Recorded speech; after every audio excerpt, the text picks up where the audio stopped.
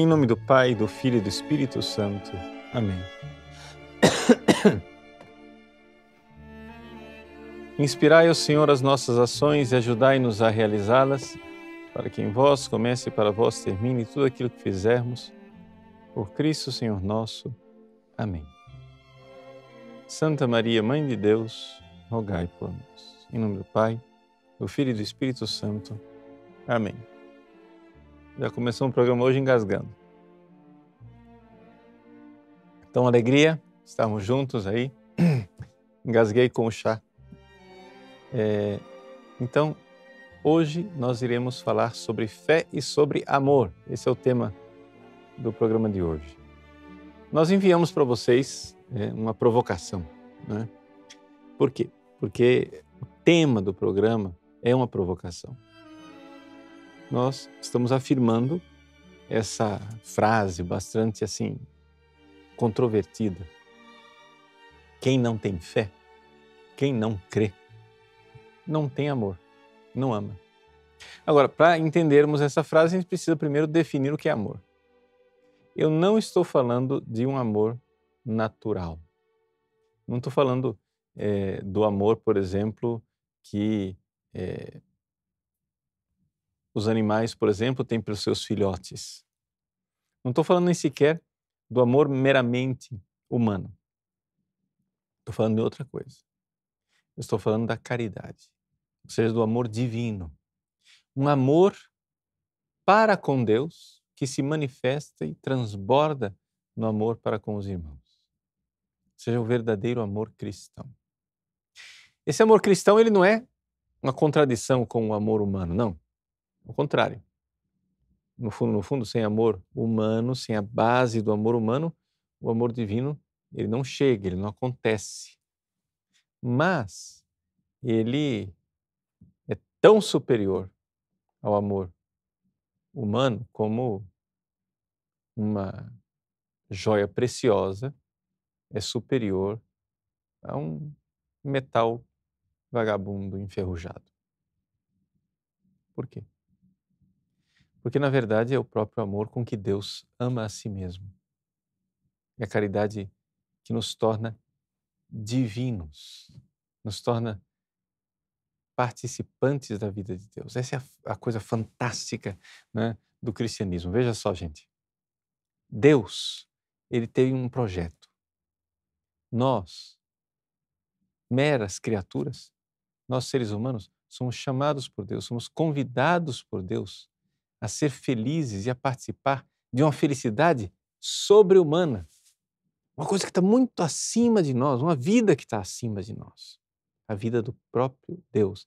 É algo que é sobrenatural. É este amor sobrenatural, esse amor fantástico que é o próprio Deus, que Ele quer derramar em nossos corações. Só que isso daí não acontece se a gente não tiver fé. E essa é a afirmação do nosso programa que nós gostaríamos não somente de demonstrar, explicar e ver quais são as consequências disso na nossa vida. Ou seja, você é chamado a amar com um amor muito superior àquele que você é capaz. Mas você não vai chegar a esse amor se você não tiver fé. Porque a fé é o começo de tudo. A fé é o início da nossa vida. Então aí você veja que tragédia para o homem moderno, essa ideologia besta que anda por aí dizendo assim, não importa no que você acredita.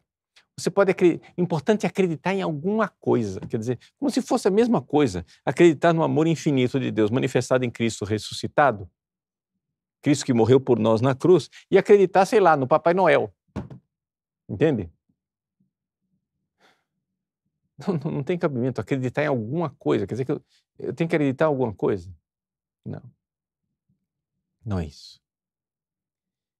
A fé, ela é um dom extraordinário de Deus que faz uma modificação em nós e vai nos transformando por dentro até que finalmente, através da fé, a caridade, né, ela vai transformando o nosso ser. Sim, é isto. Mas vamos lá. Vamos então dar uma olhada naquilo que é afirmativa, essa afirmação provocadora. Quem não tem fé sobrenatural, não é capaz de amar com amor divino e sobrenatural. Vamos lá. Vamos partir então do Evangelho de São João. O Evangelho de São João fala de Jesus, do Filho de Deus, como luz verdadeira que veio a esse mundo. Não é? E ele diz assim, que quantos acolheram essa luz? Estou no prólogo de São João, capítulo 1, portanto, versículo 12. Quantos acolheram a luz, que é o próprio Jesus, a palavra de Deus que se fez carne? Deu-lhes poder de se tornarem filhos de Deus. São os que creem em seu nome. Esses foram gerados, não do sangue ou da vontade da carne, nem da vontade do homem, mas de Deus. Nós vamos ser gerados filhos de Deus. Como? Crendo. E aí isto vai fazer com que a caridade arda em nosso coração e seremos divinos. Deixa eu explicar esse negócio aqui porque está muito difícil. Vamos fazer uma comparação.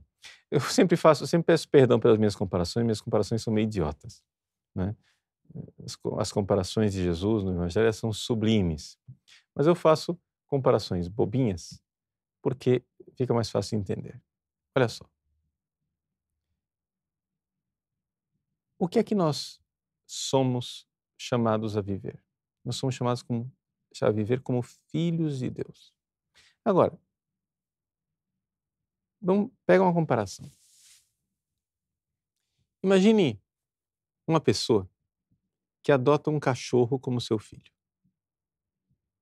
Ora, é evidente que se é um ser humano que acaba de adotar um cachorro,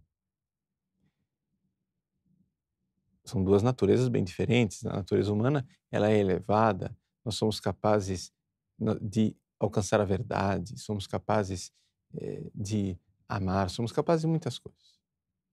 Já o cachorrinho, coitado, ele não é capaz disso. Mas eu adoto o cachorro e o trato como um ser humano. Eu ponho vestidinho no cachorro, né? Aí eu trato o cachorro como um membro da minha família, né? Ele frequenta todos os ambientes da casa, eu levo o cachorro, né, para os lugares que eu vou, etc. E então eu digo que o cachorro se tornou meu filho. Mas é evidente que isso é uma ficção científica. Isso é uma ilusão, não faz de conta. Porque o cachorro continua com a natureza de cachorro. Eu, com a natureza humana, ele não é meu filho. Vejam, quando nós dizemos que Deus nos adotou, nós não estamos dizendo isso. Nós não estamos dizendo que Deus pegou a gente que tem natureza humana e começou a fazer de conta que nós somos filhos dele e a tratar-nos como se nós fôssemos filhos. Não. Quando nós dizemos que Deus quer que nós sejamos seus filhos e que nós participemos da natureza dele no céu, nós estamos dizendo que Deus vai nos modificar de tal maneira que nós, de fato, sem perder a natureza humana, de alguma forma, iremos viver a vida do filho. Agora vem a comparaçãozinha idiota. Como é que são os cachorros no desenho animado? No desenho animado, o cachorro é um animal com natureza de cachorro, ele tem focinho de cachorro, rabo de cachorro, 4 patas, pelo de cachorro, toda a aparência de cachorro, mas no desenho animado foi feita uma modificação no cachorrinho. E o cachorro ele fala, ele pensa, ele decide as coisas, ele tem uma vida humana. Não é isso? Olha que fantástico. Ele, de alguma forma, que tem natureza de cachorro, começou a participar de uma natureza que está acima dele, a natureza humana aqui no caso. Natureza acima da natureza, a gente diz sobrenatural.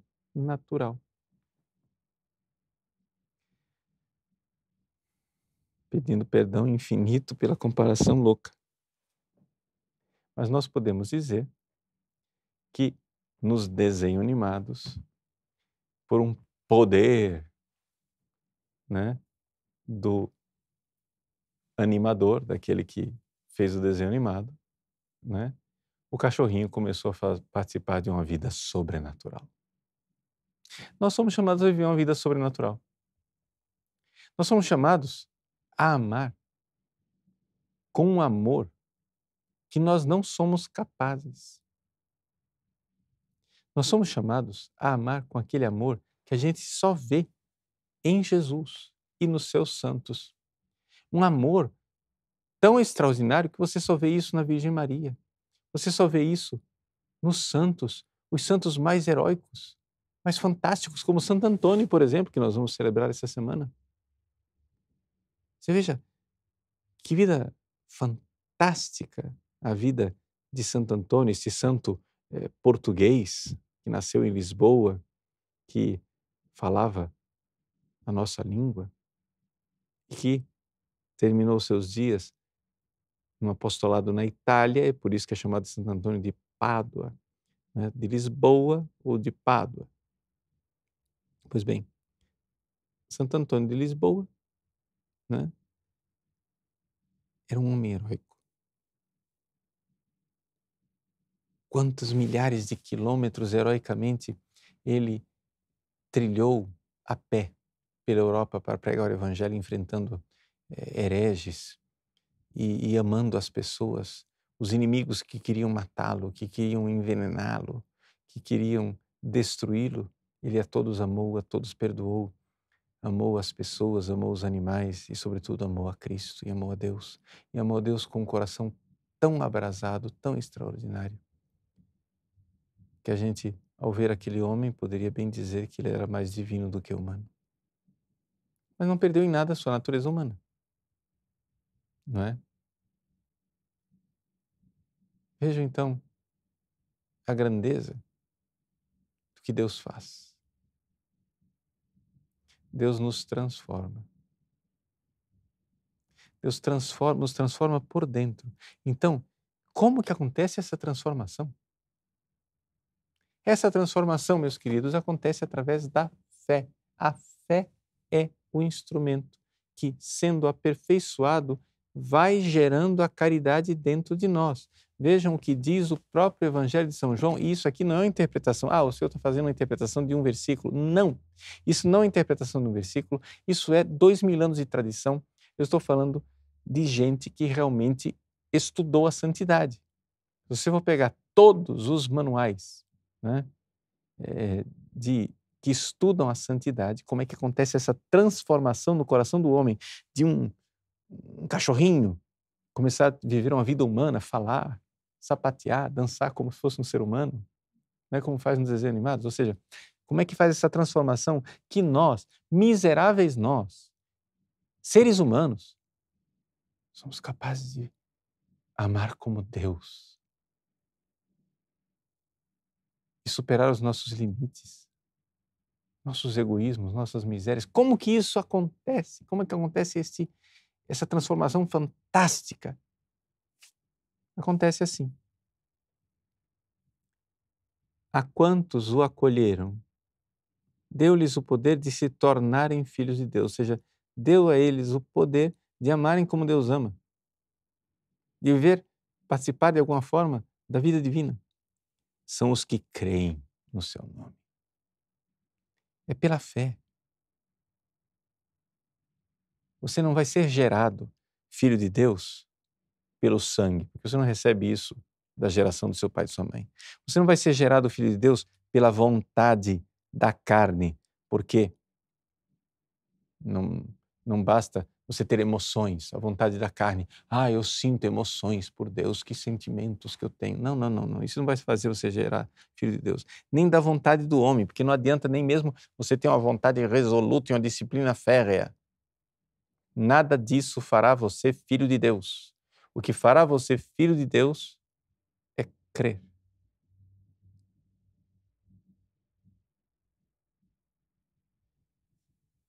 Claro que não basta só crer. Evidente, eu sei disso. Mas o que eu estou tentando ensinar para vocês aqui hoje é que também não basta só você querer amar, tá? Então vamos olhar bem concretamente. Vamos supor, você acabou de se converter, foi batizado, está em estado de graça.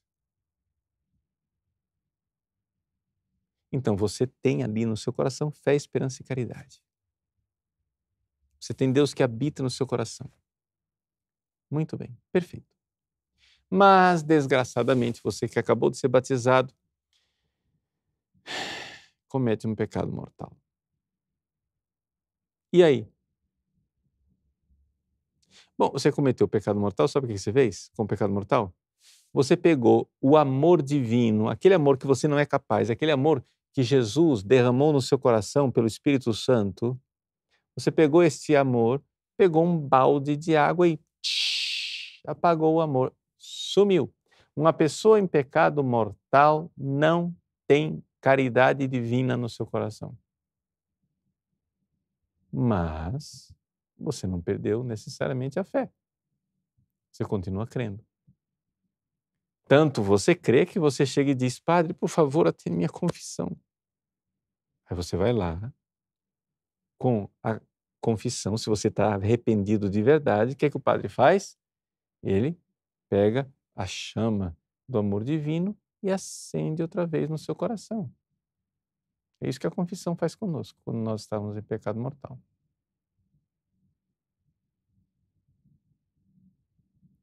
Então vejam, com essa historinha que eu contei, nós aprendemos uma coisa. Número 1, é possível que haja fé no coração de uma pessoa sem que tenha amor, porque ela cometeu um pecado mortal. Então, o amor apagou. Mas a fé não apagou. A fé está lá. A não ser, nota de rodapé, né? A não ser que você cometa um pecado contra a fé e perca a fé. Mas isso aí não é o que nós estamos falando aqui. Estamos falando de qualquer pecado mortal, genérico. Bom, mas e se eu for um ateu? Ou então tiver outra religião? Se eu for um budista, um shintoísta, um maometano, não tiver fé em Jesus?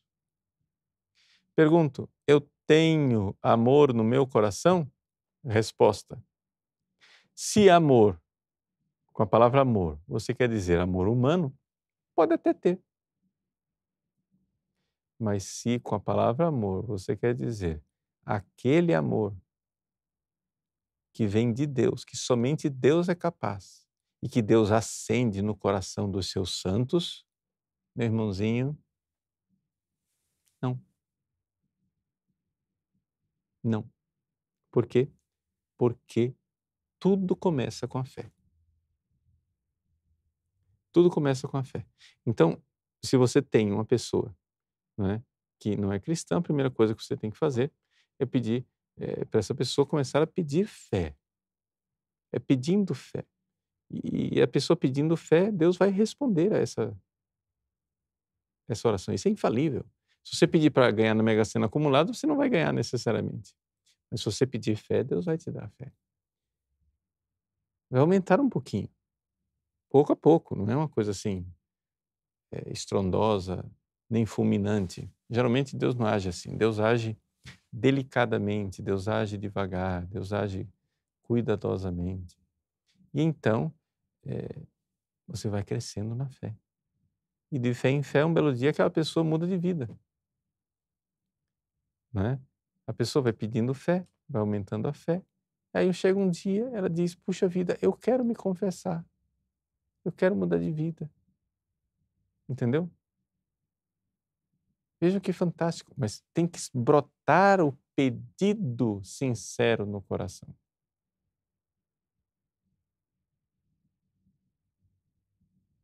Eu conheço uma pessoa que esses dias me contou, né? Como que aconteceu a mudança da vida dela. A pessoa simplesmente fez uma oração. se ajoelhou no quarto e disse: meu Deus, me ajuda.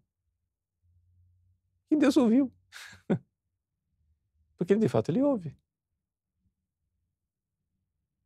E começa a surgir a fé. E a fé vai inquietando e a pessoa vai querendo mudar. É pela fé que acontece a coisa, não é?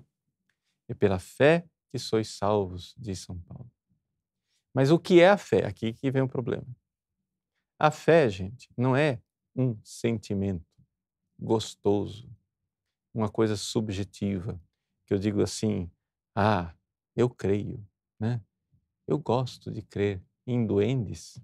Já o outro crê em Papai Noel.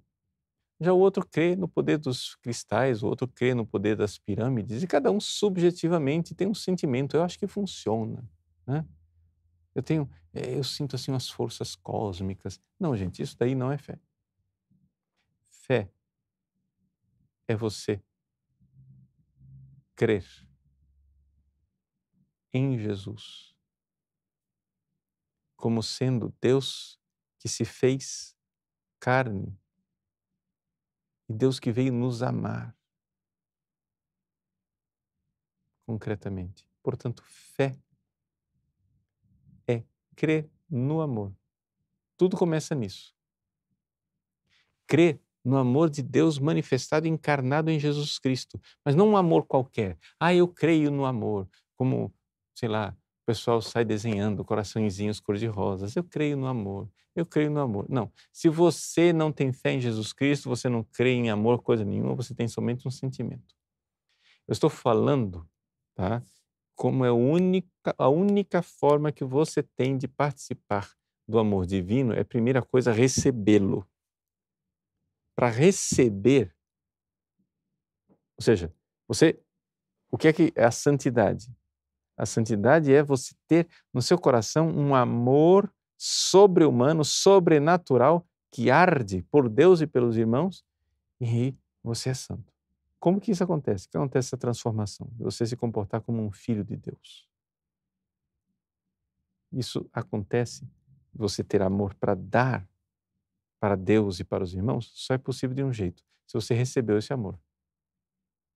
Você só tem $1 bilhão para dar de doação se você recebeu um dia $1 bilhão. Se você não recebeu, você não tem para dar. Então, a primeira coisa, nós temos que receber o amor. E o ato de receber o amor chama-se fé. Você tem que crer no amor de Deus.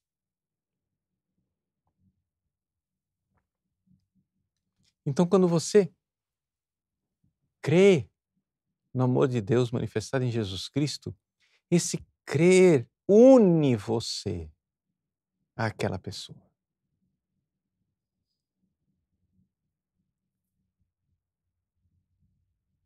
Quando uma pessoa crê no amor, tem uma unidade,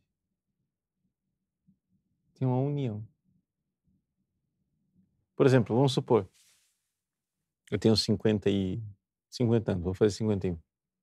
Vamos supor que eu tenha passado 20 anos tentando mostrar que eu amo uma pessoa. Mas a pessoa nunca creu. Nunca acreditou. No dia que esta pessoa crê que eu a amo,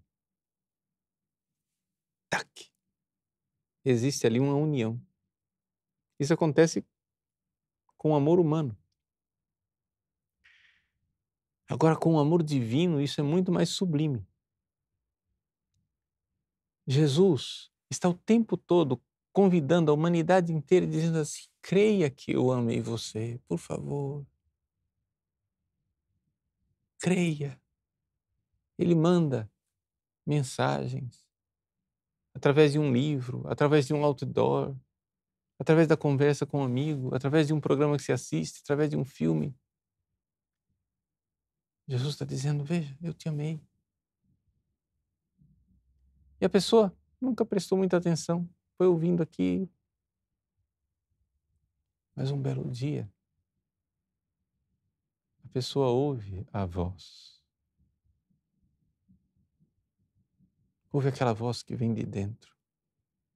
e diz: eu te amei de verdade.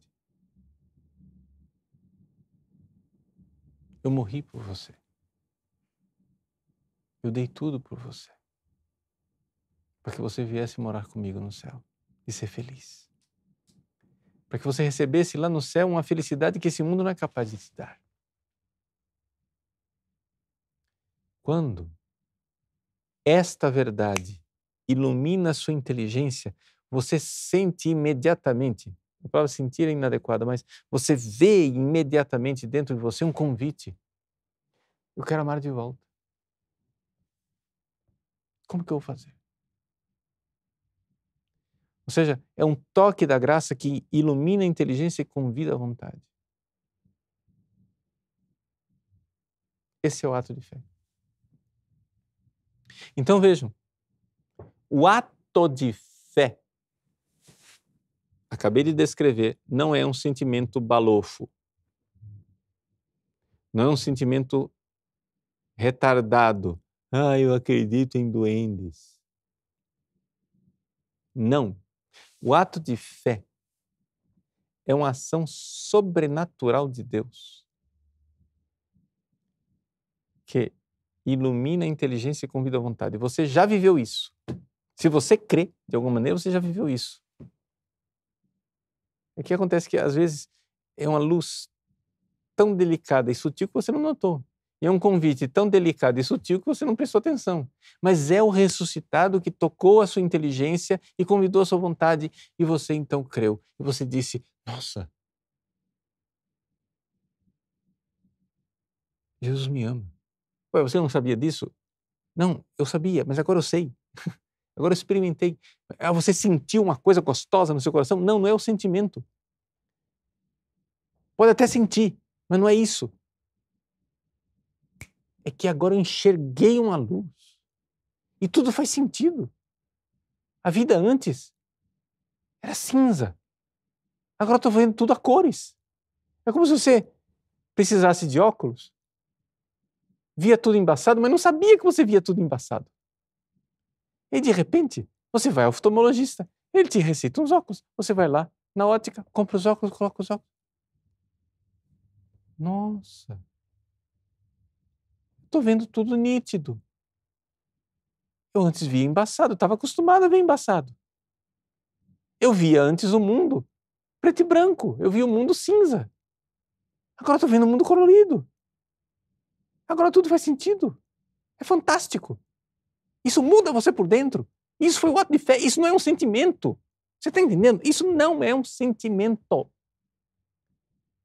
É experimental, mas é na alma. Pode até ter sentimentos, você pode chorar, chorar as pitangas, entendeu? Ficar emocionado. Ai, Jesus me ama, e ficar emocionado. Mas não é isso. A emoção é só um revérbero. Não me interessa a emoção. Pode estar lá ou pode não estar lá.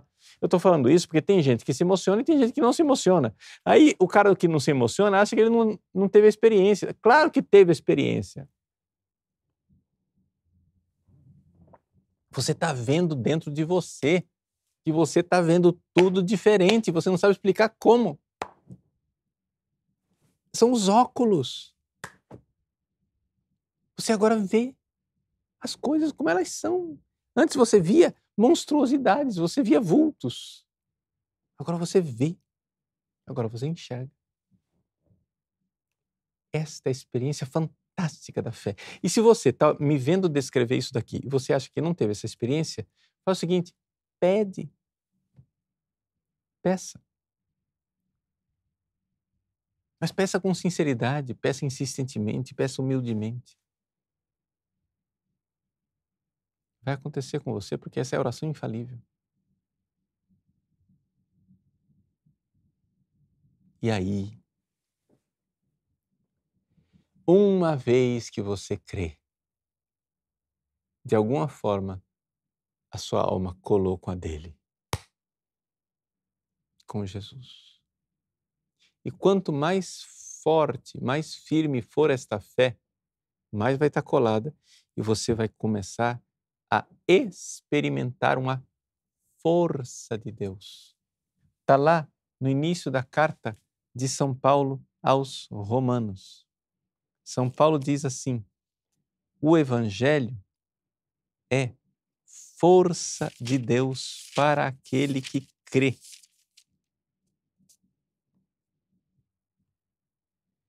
Eu não me... Romanos 1º capítulo, versículo 16. Eu não me envergonho do Evangelho, pois ele é força salvadora de Deus para aquele que crê. Veja, essa é uma experiência, não é sentimento. É experimental porque você vê na sua vida. Quando você começa a crer, você começa a ver que você tem força para fazer coisas que antes você não tinha. Você tem força para dizer não para o pecado. Pode ser que essa força ainda seja meio fraquinha no início. Aí você diz não 3 vezes e cai na 4ª. Entende? Não tem problema. Vai pedindo mais fé, que a força vai aumentando. Você vai ficando mais robusto. Você vai ser capaz de carregar a cruz do dia a dia com alegria. Você diz, nossa, antes, se isso acontecesse comigo, eu estava esmagado. Agora, acontece o negócio e você tira de letra. De onde está vindo essa força? Ela está em mim. É a força dele. E você vai tendo essa força. E essa força vai transformando você. Vejam, nada disso é sentimento. É simplesmente você precisa pedir a ele a fé. Ele derrama fé no seu coração e isso vai mudando sua vida. Peça mais, mude mais. Você vai começar a ver que, então, surge em você uma chama.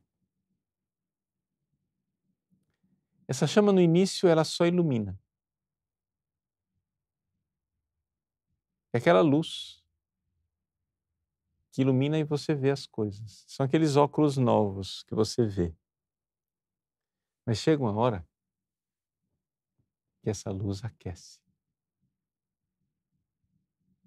É como uma fogueira. A fogueira está longe, ela ilumina.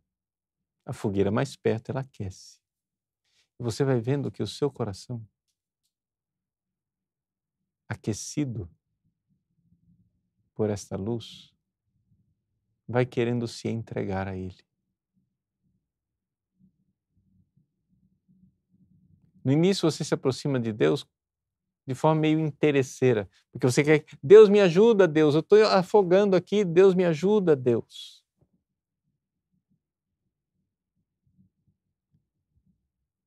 É como São Pedro que afundava nas águas. Salva-me, Senhor. Jesus dá a mão, tira Pedro que estava afundando. Mas depois de caminhar na fé durante longos anos, São Pedro, quando ele estava sendo crucificado por amor a Jesus, ele não diz, salva-me, Senhor. Ele diz, Senhor, eu me entrego por vós. Não é salvai-me, Senhor, mas eu me entrego por vós. Por quê? Porque no coração de São Pedro tem um amor do qual São Pedro não é capaz. Ele já mostrou que ele não é capaz. E quantas vezes São Pedro mostrou que humanamente ele não é capaz de amar Jesus? Jesus vai, afunda, chama São Pedro afunda nas águas, aí depois São Pedro vai lá, pega a espada, decepa a orelha do criado do sumo sacerdote, né? Disse para Jesus, eu irei até a morte por vós, Senhor, etc. Jesus olha assim para ele, Pedro, você não se conhece, cara. Aí Pedro nega Jesus 3 vezes, aí sai correndo, aí chora durante a noite, aí não sei o quê. Quer dizer, uma confusão. Uma confusão. Mas depois de Pentecostes, Pedro é capaz de realizar proezas. Mas veja, primeiro teve a fé. E ele foi crescendo de fé em fé. Para que depois brotasse a caridade. Está entendendo? Então, é importante É importante a gente entender essa engenharia. Por quê? Porque onde está o problema do homem moderno? Agora eu vou pedir licença para vocês de fazer uma... O que eu tinha para dizer eu disse. Mas agora eu quero fazer uma aplicação no mundo moderno que é muito importante. Onde está o problema do homem moderno? O nosso mundo moderno começou com um rapazinho chamado René Descartes, que no século XVII achou que nós seríamos muito inteligentes se nós duvidássemos de tudo. E ele inventou a tal da dúvida metódica. Então você duvida de tudo, inclusive se você existe, né? Duvida de absolutamente tudo e aí, a partir da dúvida, você vai chegar à verdade. O problema é o seguinte, nós já estamos há 4 séculos nessa pendenga e quanto mais o homem duvida, mais ele renuncia à verdade, ele não chegou à verdade, né? 4 séculos depois dessa viagem iniciada por René Descartes, o que é que nós temos hoje? Nós temos uma falta de total convicção na existência da verdade. Seja, por exemplo, um filósofo da ciência e do método científico como Karl Popper, né? Karl Popper, e me desculpem, né, porque certamente é possível que tenha algum filósofo aí assistindo, né, esse programa. Eu não quero ofender você, tá? Mas essa coisa do Karl Popper é uma tolice. Por quê? Ele, tudo bem, criou o tal do princípio da falsificabilidade. Você vai lá, né, você tem uma teoria científica, então para você ver, todas as teorias científicas para ele são temporárias, porque no fundo, para Karl Popper não existe verdade. Então, o que existe não é a verdade, mas são teorias provisórias que funcionam, né? Então você tem uma teoria aqui que está funcionando, e aí você começa a bater nela, a ver onde é que pode estar o princípio de falsificabilidade, e você encontra um fiozinho aqui, encontrei um pelinho aqui, quer dizer que, e se eu puxar essa linha? Aí ele puxa, desmorona tudo, pronto, tá vendo? Agora sou vitorioso, desmontei uma teoria, agora tem uma nova hipótese. E aí você vai substituindo hipótese por hipótese, porque no fundo ninguém nunca vai chegar à verdade. Bom, eu não quero entrar aqui, né, no debate filosófico, mas você já entendeu onde está o problema. O problema é que se a salvação vem pela fé e você tem uma convicção arraigada de que o ser humano, como Popper tem, de que o ser humano é incapaz de alcançar a verdade, seja pela luz natural da razão, filosofia, seja pela luz sobrenatural da fé, na religião, então o homem não é capaz de verdade. Se o homem não é capaz de verdade, então não é capaz de fé. Se não é capaz de fé, ele não é capaz de começar o processo de santidade e, portanto, ele não é capaz de ser filho de Deus. Pronto, está tudo perdido. Veja, se o diabo tivesse chegado lá 400 anos atrás e dito para René Descartes, olha, o princípio de tudo é que o amor é uma desgraça, não existe amor e o amor é impossível. Todo mundo teria se revoltado, porque todo mundo gosta do amor, né? Todo mundo pensa, não, o amor é possível. Mas o diabo não chegou e disse isso. O diabo primeiro sugeriu, veja, não existe a verdade. Duvide de tudo. Por quê? Porque o diabo sabe como funciona a engenharia da santidade. A coisa começa na fé, ou seja, a coisa começa no acesso que o homem tem a uma verdade. E a verdade de que Deus me ama é a verdade que ilumina todo homem. E se você pega uma civilização inteira e diz que nós não somos capazes de conhecer uma verdade sólida e absoluta, nós nunca vamos pedir fé para crer uma verdade sólida e absoluta. E se nós não tivermos fé, não vai começar o processo de transformação. Pronto. Com um golpe de mestre, vem abaixo todo o edifício.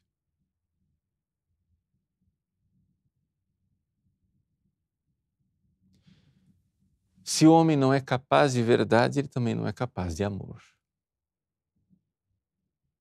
Por quê? Porque se eu não sou capaz de conhecer a verdade de que eu fui amado com um amor infinito e sobrenatural, eu não vou ser capaz de receber este amor que cola minha alma com a de Cristo e não vou ser capaz de incendiar meu coração para amá-lo de volta. Então, se eu não sou capaz de verdade, eu também não sou capaz de bondade, não sou capaz de amor. Então, essa coisa toda de crítica científica, relativismo, não é?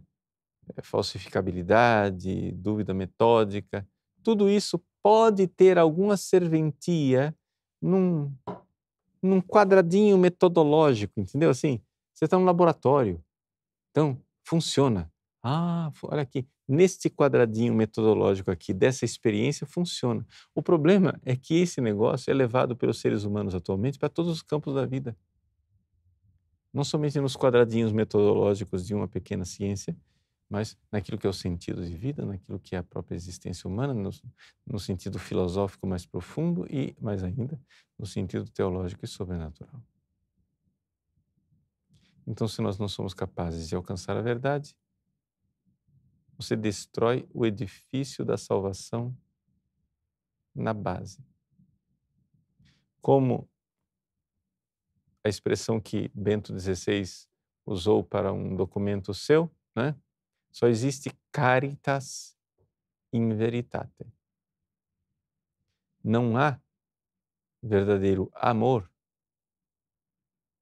se na base desse amor não está a verdade. Ou seja, os seres humanos que não são capazes de enxergar a verdade não serão capazes de amar com amor de caridade. E nós somos capazes de enxergar a verdade sobrenatural do amor de Deus através desse dom extraordinário e fantástico que é a fé. Então, vejam como dentro da igreja nós estamos contaminados de uma falsa engenharia. Até dentro da igreja entrou essa ideia doida de que não importa no que você crê. Então, existem algumas pessoas dentro da igreja que acham que nós podemos ser uma espécie de igreja anglicana. Como é que é a igreja anglicana? A igreja anglicana é assim. No mesmo banco de igreja está sentado um fiel aqui que crê que Jesus está presente na Eucaristia. E do lado dele, um outro fiel que crê que aquilo ali é somente um wafer. É um pãozinho. Não é mais nada. No mesmo banco de igreja está um sujeito que acha que adultério é pecado mortal. No banco de igreja ao lado, na mesma religião da igreja anglicana, está o outro que acha que eu posso casar quantas vezes eu quiser, ou casar com várias pessoas, ou até casar com o mesmo sexo, que não tem problema nenhum. E está tudo bem.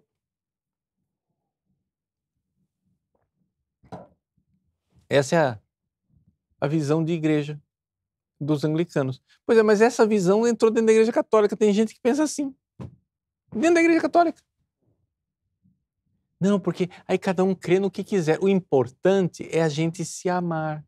Mas o que é esse amar? Esse amar é só um sentimento. É um sentimentalismo. Não é o verdadeiro amor, a caridade divina, sobrenatural derramada em nossos corações. Vejam como tudo é destruído. Então fica uma prioridade do amor que, na verdade, destrói o amor. Porque essa prioridade não é do verdadeiro amor, é a prioridade de um sentimento.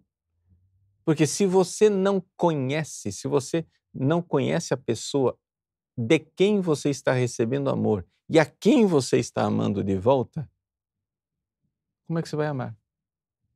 Você só vai ter ilusão. É como a história de namoradinhos apaixonados.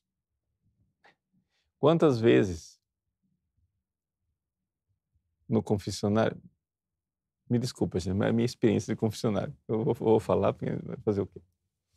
Quantas vezes no confessionário, né, você atende uma pessoa e a pessoa diz assim: ai, padre, sei lá, uma menina. Eu estou tendo relações sexuais com meu namorado. Ele é de igreja? Não. Então se separe dele. Ou você converte ele ou se separa. Não vai dar certo. Ah, padre, mas é que eu gosto tanto dele. Não tem problema, minha filha. Isso tem cura, chama-se casamento. Casa que o sentimento vai embora na hora.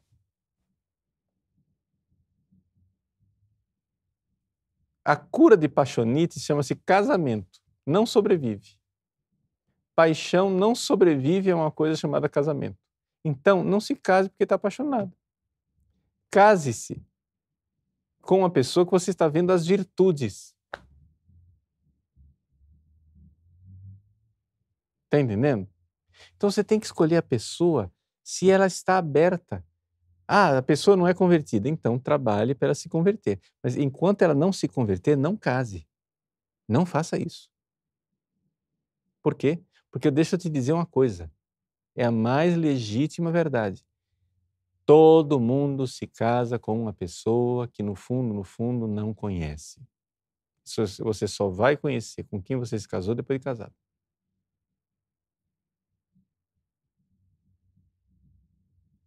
Então, o que é que acontece? Você...